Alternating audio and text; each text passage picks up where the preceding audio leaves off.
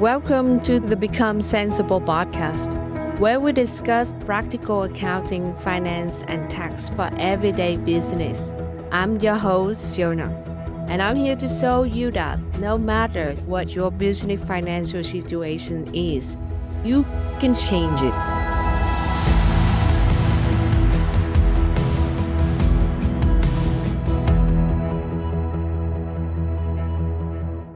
Welcome to the podcast Become Sensible. My name is Fiona. Today we will talk about a special case that very resonates with many business owners and founders. That is how to manage your cash flow while get paid for yourself, raise the fund, and grow the business at the same time, which is a very big puzzle that all of us business owners and founders face. And so I welcome my co-host onto the podcast. Hi, everyone. Yeah, today we have a very common case that a lot of business owners face every day. Yeah. Running a business is not just about working on your specific skill set, but also so many other aspects. You have to be a super well-rounded person to run every operation of your business. So, I'm going to give the rundown to our case for today, and then we'll dive into it, okay? Yes. So we have a business owner who is based in LA, and they're dealing with cash flow issues. Yeah. And she also has inventory issues. Her money is tied up in stocks, and getting paid from her purchase order has been a headache. So since her POs are so small, the banks are not going to give her a very big loan just because she does not have that track record for it. So borrowing is not really an option. And she's looking to other options like raising funds or seeking out grants. Yeah. So I think all of us business owners and founder face on the early stage or even scaling stage of the business, that is the chicken and egg problems. So we having the business and doing well, then we get the fundraising from the venture capital or private equity and the bank loan, or should we need to get all of this money first and then we grow the business? So it's just very common case. All the banks, they need your financial report, your tax return, because they need the track records to see that your ability to pay back, because they don't want to take the risk and loan you the money and you not be able to pay back. And that's just why you need the track records in terms of business financial performance. That is why manage your business financial in the right way at early stage is very important, because that makes sure that everything in the right place. When you need the funding, you have the information to provide for the bank. And at the same time, with an investor, it depends on what type of investor and what kind of funding that she's searching for right now. But venture capitalists is normally also want to look at into how is your business performance in terms of finance.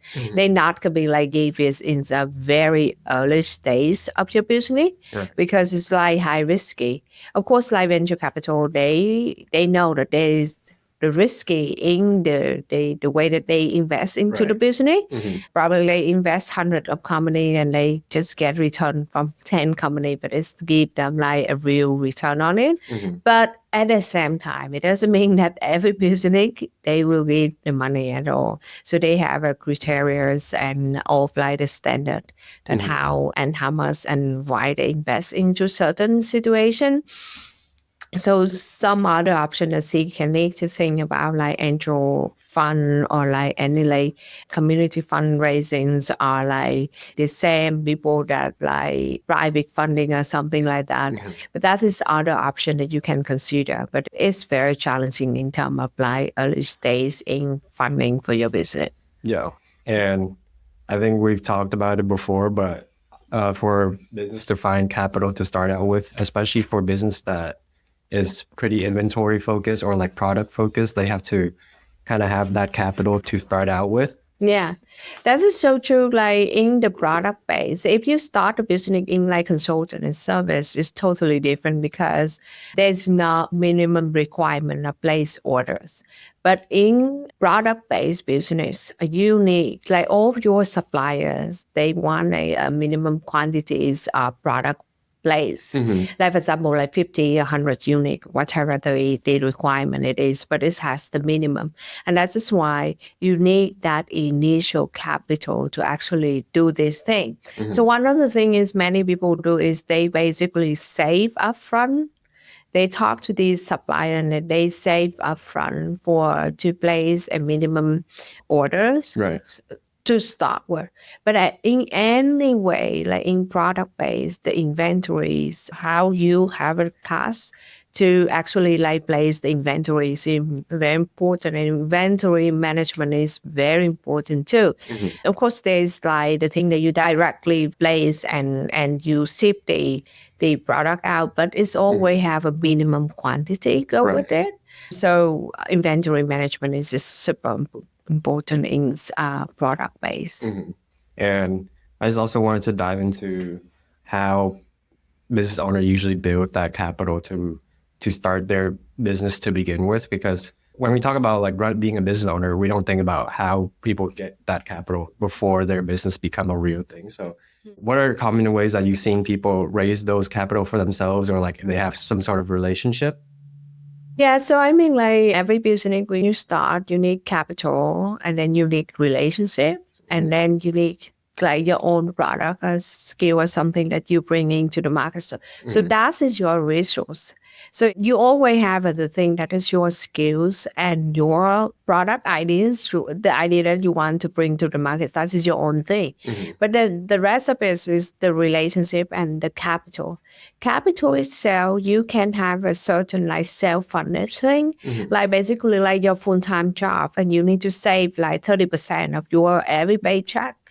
Or you take additional job before you even start a business. When you have a business idea, you start to save for that. If you think that one day you will start a business, like start to save for that, or take an additional job that will like get paid more and save that money for initial capital. That is self-funded, and this is probably one of the most easy way. Is the hardest part of this is like you will work a lot of the time, and also need to have a discipline in terms of like your financial, because you need to save that money. The other thing is people raise this through family, a close relationship, like other people that who trust you and want to like help you with the start part of it.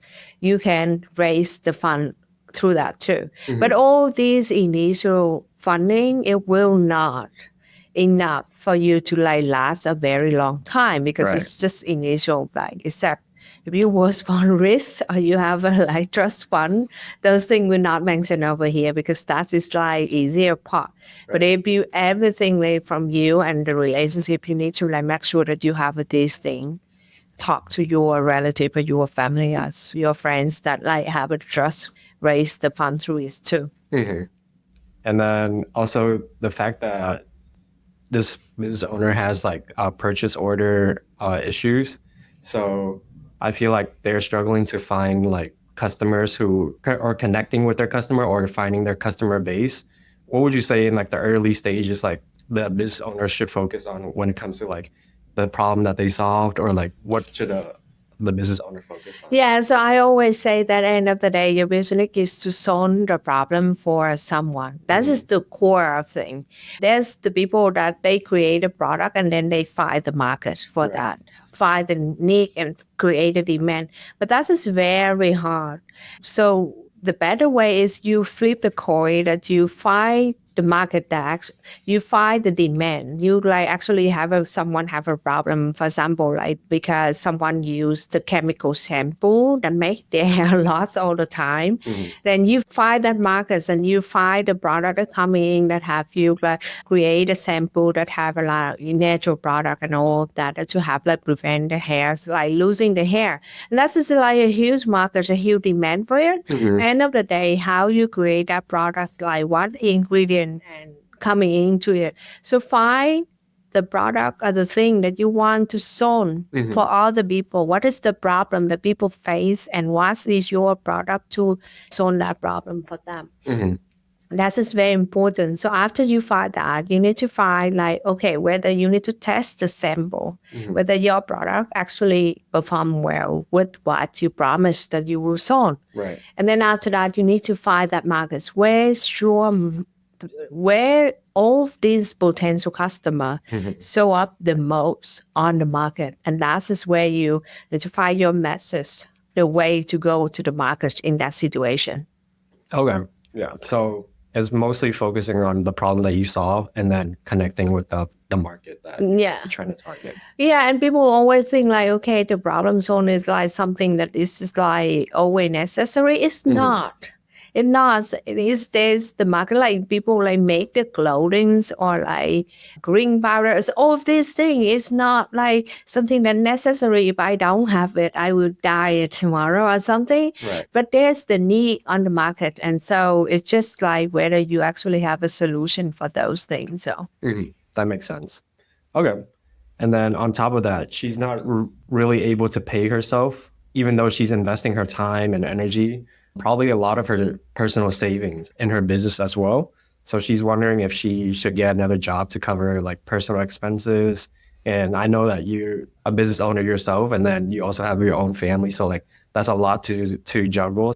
What are some advice you have for like business owner that's just having too much on their plate? So we have basically like this. When you start a business, core resource that you coming in is number one is capital. Number two is time. Number three is your specific skill, experience, expertise, or whatever the idea that you bring into the market. Number four is relationship. So if you don't have a capital and you save certain amount of initial capital, that's fine. And then now is the problem of time. Time is your own time, or you will hire someone to multiply. That is the leverage of multiply of other people's time to help you to achieve the goal of your business. And then your idea, your ideas is the thing that you actually control of it. What is the problem expertise that you bring into the market? That is where you're controlling. And then finally is the relationship, because through the relationship, someone knows someone will like introduce you and give you the door and open the opportunity. So any of these things that you don't have and you can't control of it, focus on the thing that you can control. It's number one. Number two is your priority.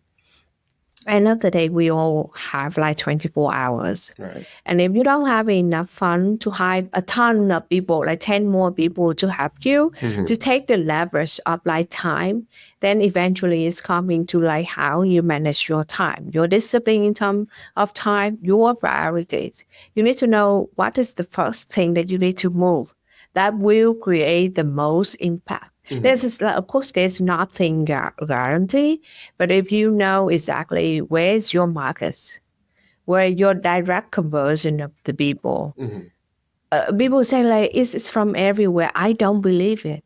If anyone actually look into the data, if you actually spend the time looking into the data, you will see the majority of your lead or your customer come from one or two sources of most of the time. Right. Focus your time into that, because that is like the most return on your time. Now it's not investment, but the most return on your time too. And then from there, discipline of your time, know where your priority, know where your high conversion. And then finally is like the masterpiece of put together the operation of the company. Like what is the workflow of your company from the people know your product until the day that they receive it, and after that, how is the flow of your operation in terms of your business, and then find that flow and make sure that all the main thing in the flow taken care of. Right.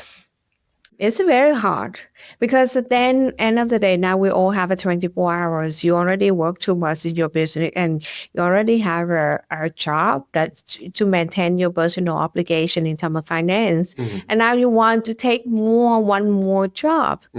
Then that's not going to be enough time for you to handle three things at the same time. Right. So then you need to turn inward to see where your efficiency gap is. That you spend your quality time into the thing that actually make the most return on your time. That's maybe the thing. It's not like more job, but can you become more efficiency, more productive, and create the most return on your time? And that's maybe like the thing that you need to take a look into it. I grow my own business and I have a family and I totally understand it.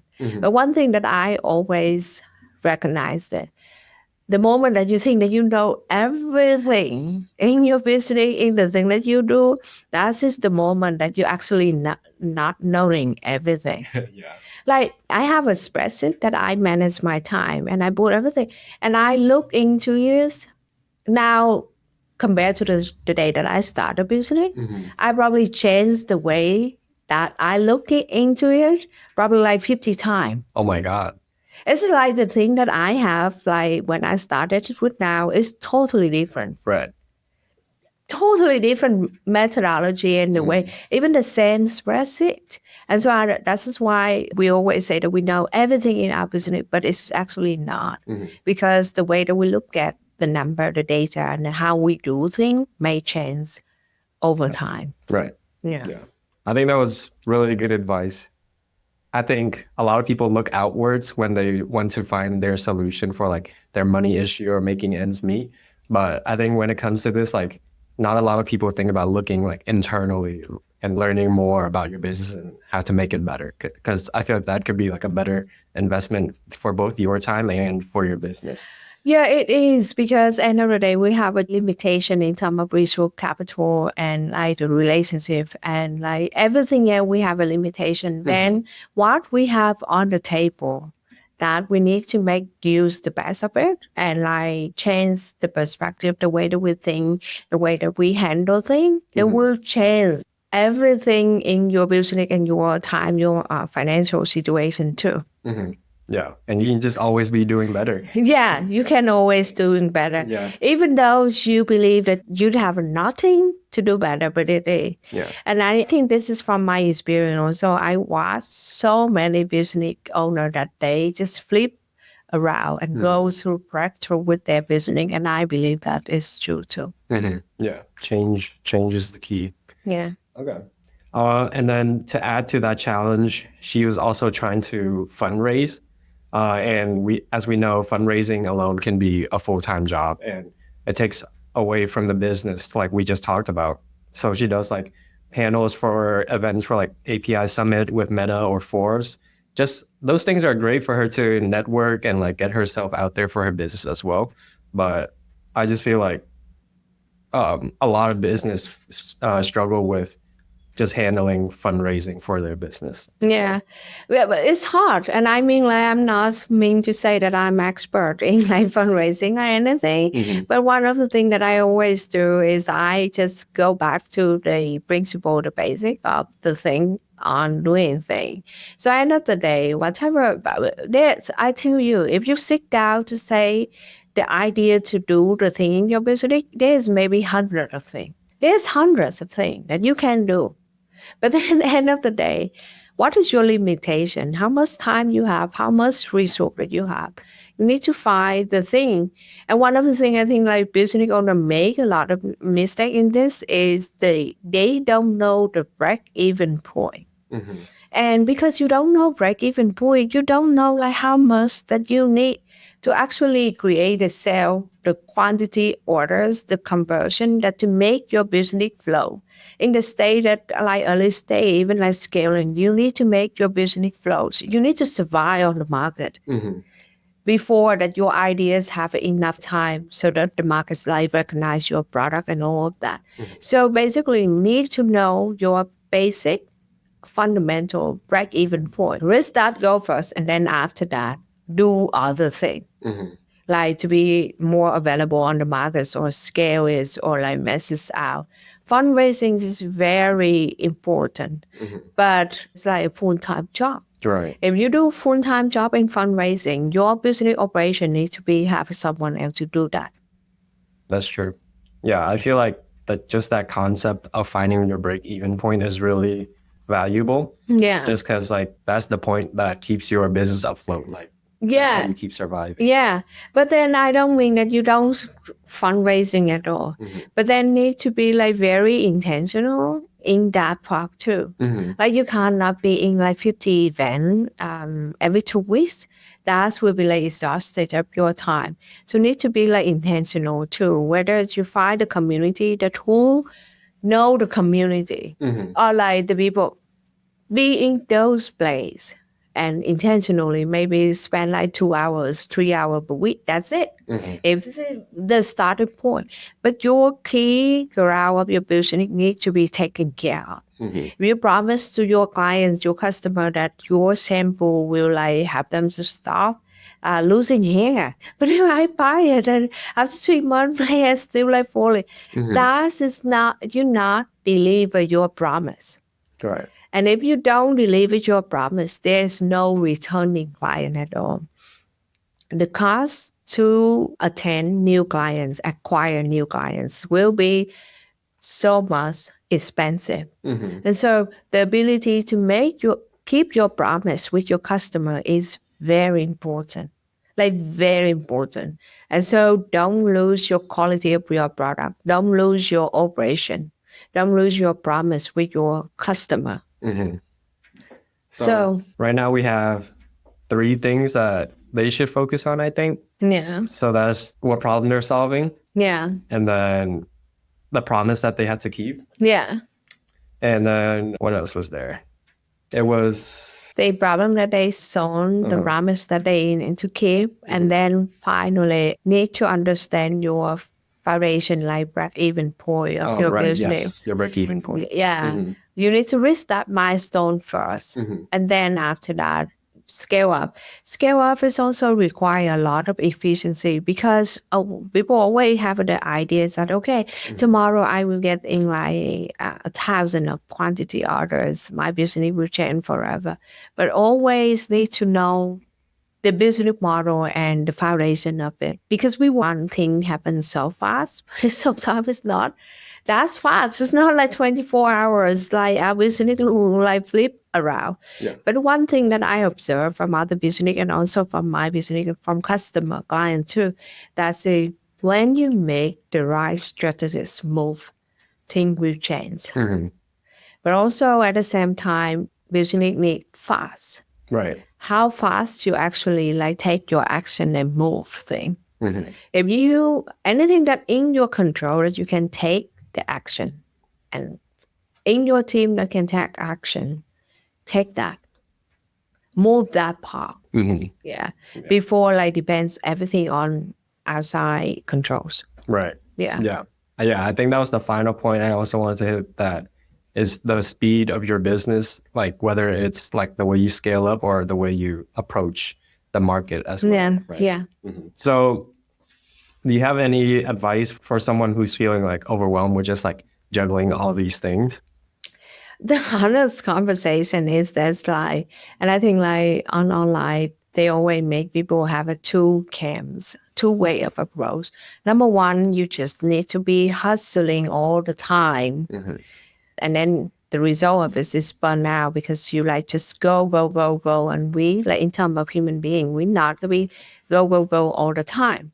And then the other thing is people will like make you feel shameful because why your thing is struggle all the time. It should be easy. But if it's not easy, you do something wrong. But the truth is running a business is hard. Because it requires more than just only one skill and one expertise and one passion. But your passion may be killed in the process because like from your staff cannot go to work, from your product come out like have errors and all the things that can happen. And so it's required more of you than you ever like imagine. So the hard truth is that it's hard. Running business is hard. But then now what we do with it? The goal is your business to be sustainable over time. And that's just give you the time to buy time to be on the markets. You're not going to be run business 6 months and then you quit. Or like a year, you quit. But this is probably like 5 years or 10 years more. Because they say like an average On the markets, a brand become like successful after 8 years. Oh, really? Like real successful and recognition like is after 8 years. Okay. So whatever you want to do now, you need to think that for 8 years. It's not gonna be like in 6 months or a year or something that make people talk on the online at all. So now is the math come with like how to be sustainable. How you manage your time, how you build your health, how you build your endurance capability so that you can do this for at least 8 years.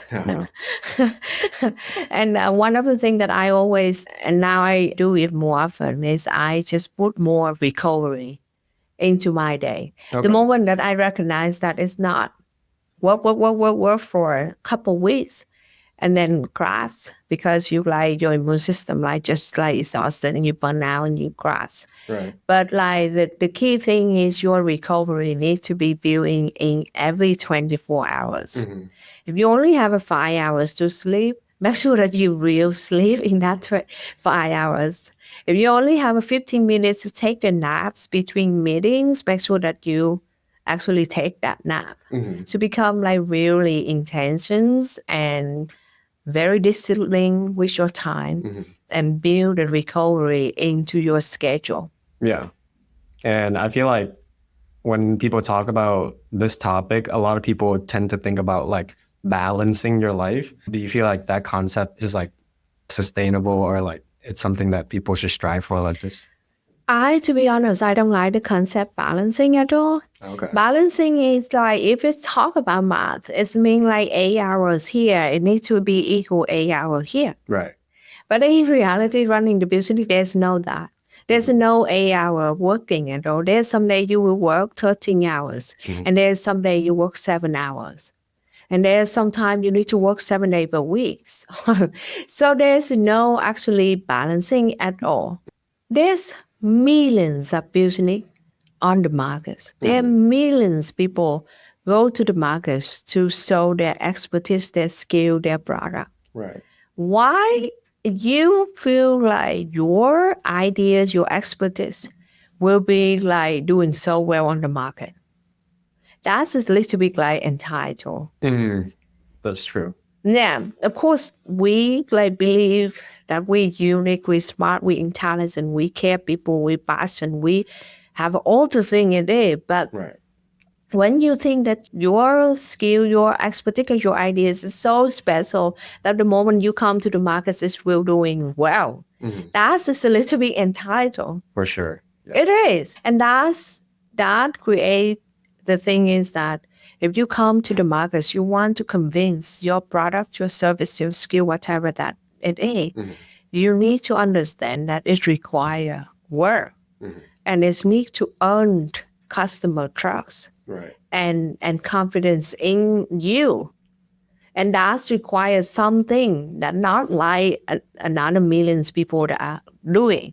And so it's coming back into the math that there's no balancing at all. Right. If you work 8 hours, I cannot come and say that I work 8 hours, but my business will perform better than you. Sometimes it's not about the number of hours, but what is actually like the outcome of it. What is the solution that your customer get there, but how you actually earn that trust. Right. And that is not like out of the box when you learn the business, you figure it out at all. No, there's no. Because regardless how much market research that you've done, it's not going to be enough at all. Until you actually run the business, you actually bring the products to the markets, then you know. And things will need to change. And that requires time, commitment, resource. And so I don't think that the balancing is correct concept to pursue, but I don't mean that you need to hustle 24 hours. Again, that's just not going to be like sustainable at all. And every of us, every business have a unique thing.